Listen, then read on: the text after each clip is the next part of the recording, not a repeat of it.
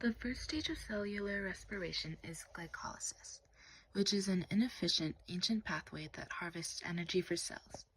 This occurs in the cytosol and consists of 10 steps. It begins with the process of partially breaking down glucose, a 6-carbon sugar, to produce 2 3-carbon pyruvates. It also has a net yield of 2 ATP and 2 NADH.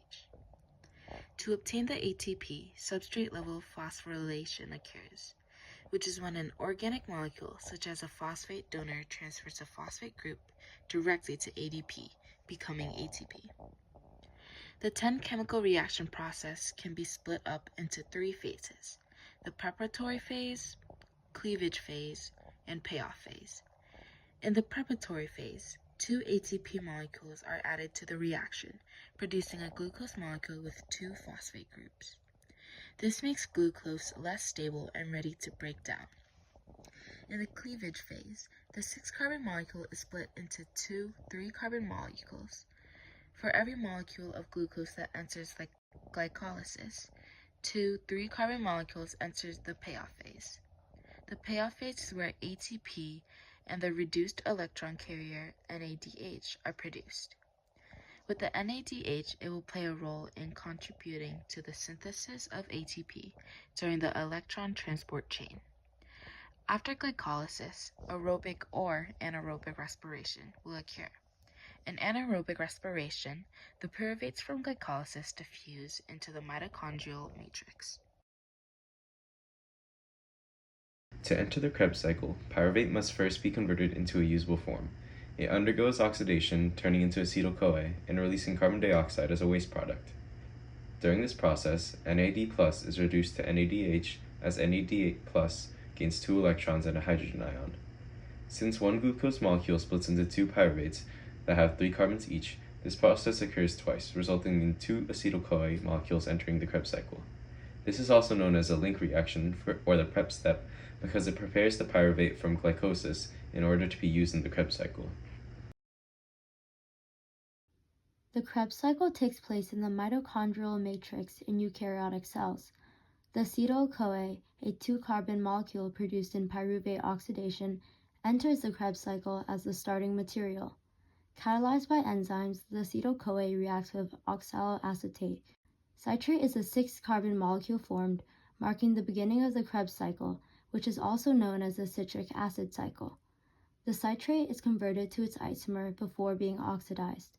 Every time the carbons are oxidized to carbon dioxide, an NAD+ is being reduced to NADH. 2 molecules of carbon dioxide are released. The remaining 4-carbon molecule picks up coenzyme A, forming the unstable compound succinyl-CoA. Going through substrate-level phosphorylation, the CoA group of succinyl-CoA is replaced by a phosphate group, which transfers to ADP to make ATP.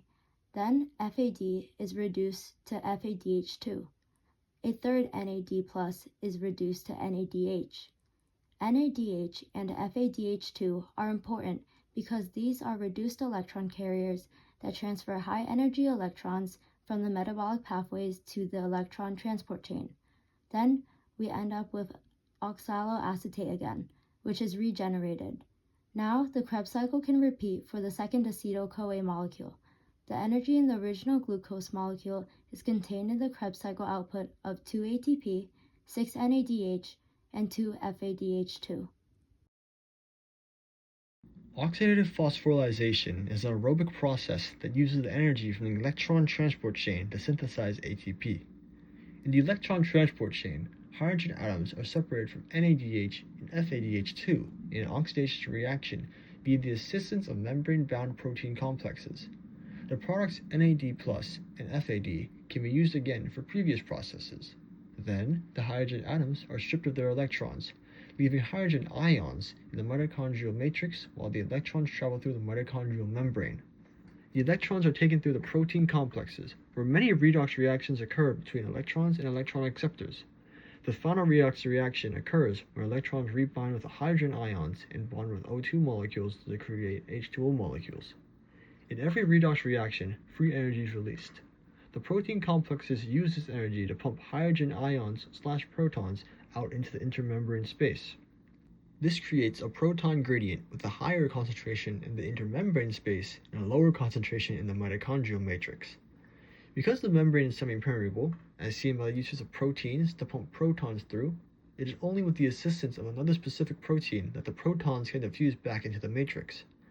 The protein ATP synthase helps protons with chemiosmosis, the natural diffusion of ions, and utilizes the energy of protons moving down the gradient to power itself. When protons move through the ATP synthase channel, the proton physically rotates and activates its active site, catalyzing reactions between ADP and phosphate groups, synthesizing about 36 ATP. There are 3 different metabolic pathways that pyruvate can enter.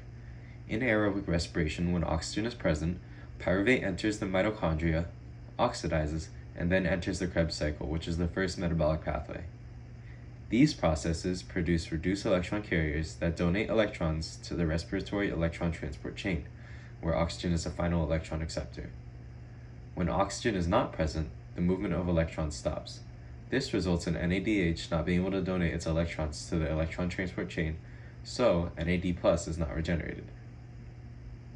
Pyruvate is also able to be broken down through anaerobic respiration, also known as fermentation, which is a process that extracts energy from fuel molecules without using oxygen or an electron transport chain. One fermentation pathway, and also the second metabolic pathway, is lactic acid fermentation. During this, electrons from NAD+ are transferred to pyruvate to produce lactic acid and NAD+.